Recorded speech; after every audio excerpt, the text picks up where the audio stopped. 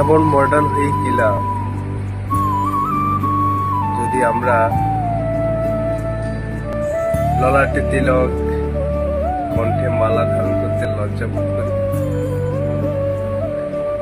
এমন মডার্ন হয়ে গেলাম, যদি রাস্তাঘাটে আমরা হরে কৃষ্ণ হরিনাম উচ্চারণ, জয় নিতাই, জয় রাধে, জয় জগন্নাথ বলতে লজ্জা বোধ করি।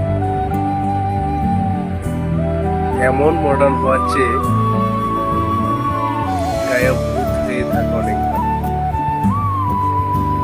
কি খারাপ লেগেছে?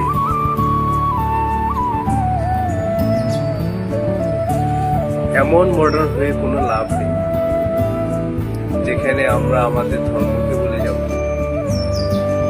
যেখানে গো সুন্দরকে ভুলে যাব।